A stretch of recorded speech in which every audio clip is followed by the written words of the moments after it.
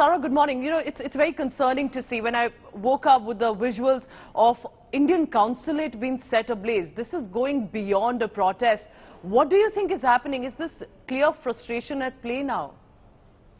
Yes, well, they're clearly escalating their violence, and they feel emboldened enough to expand on their activities. They've been committing crimes that are illegal, like this in India, like desecrating train lines, which we know can cause the death of hundreds of people, and they've been inciting this type of violence from America, from their headquarters at Seeks for Justice, for years now.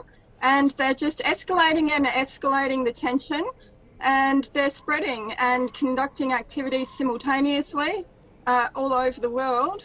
So we're going to see some activities on the 8th where they'll be marching in a protest, apparently, in Melbourne, and they've done the same thing here. They've put the pictures of the consulates and, you know, they're abusing our consulates and targeting them. They're abusing journalists, targeting human rights defenders and academics in Australia, and it's really got beyond the joke. I don't know what it's going to take, but America is in a position now to arrest the Seeks for Justice members. Sorry, you made one important point in the beginning, and you said that they feel emboldened. I think that's where you've hit the nail, that, you know, in some ways for the state authorities, for the local administration or the governments to assume they are just democratically protesting, not realizing they were clearly radicals. This was not a community protest. These were radicals and extremists that have now used that support or no action to now set fire to the Indian Consulate.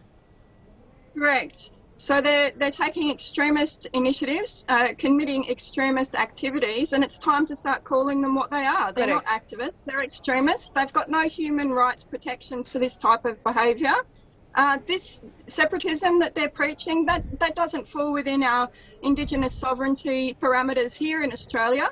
You can't just claim a state on the basis of your ethnicity or your religion in any country of the West. So it's really time to call this what it is. It's theocratic ethno-nationalism, and it's no better than white supremacy. How do you think we should go from here? Because India has been raising a point. Activists and scholars like you have also been speaking about, even though you're not an Indian, you're raising it, how it is being misused as so-called movement in Australia, in Canada. Do you think it is countries that need to come together, not let their foreign soil be used for any activity against India or other countries even? Well, absolutely, and I think that it's wrong to hijack movements that have built up over generations of hard work, like the Indigenous rights movement in Australia. They've had to fight because they were colonised, whereas Punjab isn't colonised by India. They're not no more Indigenous. Sikhs are no more Indigenous than anyone else. So for people to be falling for this, like the Greens in Australia to be endorsing this, it really speaks to their level of intelligence and critical thinking. It's bizarre. I don't know why people are falling into this. So we do need to take a stand, and they need to stop endorsing this because it's emboldening them. So they're committing more and more violent acts. Sarah, how is the situation in Australia? Remember we had a conversation a few months ago about the graffiti being used, the sort of attempts that are being made. Do you think that was the start? And it's imperative, if Australia is watching what is unfolding in America, that they shouldn't let this happen in their country? Well, I do think it's time to start connecting the dots. I do know that each country will be working, their intelligence agencies will be working together, but now that it's reached this critical point of arson in America, I think we'll see some ripple effects here in Australia because we have banned groups that are active in America. So it's possibly hit a threshold for the intelligence agencies. They do the same thing in every country. They produce volumes of anti-Hindu and anti-India propaganda. They incite violence on social media. They use inauthentic accounts. They misuse social media platforms to spread hate and incite violence. So I think it's time to shut them down. While I'm looking at these visuals, I can't help but think that, yes, there was no damage this time, that the staffers luckily were not injured, but this could have really gone horribly, wrong. This could have, led to casualties, led to serious, grievous injuries of not just diplomats, their families as well who are there, who are doing their job, representing a nation, and this needs to be taken up at the highest order. Why do you think that they are getting that support? Because do you think they are projecting as some sort of a movement? Because this is when India is constantly putting out evidence that this is no movement. They are clearly gunning for violence. They are radicals and extremists, and yet they manage to do what they want to in Australia, in Canada, or in United States of America.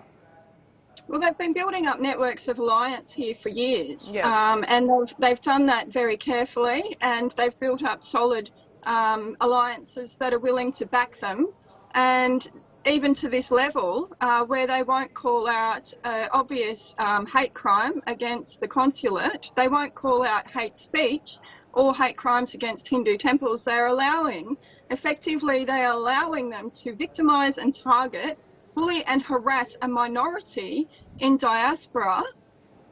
I don't understand why, but I can say that this is bigger yes. in terms of their networks of support than I think the front agents are giving credence to. I mean, we know that the Punjab Referendum Commission in the United States, they have academics, they have people that have worked in presidential campaigns. These are well-connected, high-profile people who are... I think it's a terrible tragedy to use the intelligentsia or parts of intelligentsia to want to be joining with such extremists and radicals. And for many viewers who may not know this, Sarah, you yourself have often been trolled online.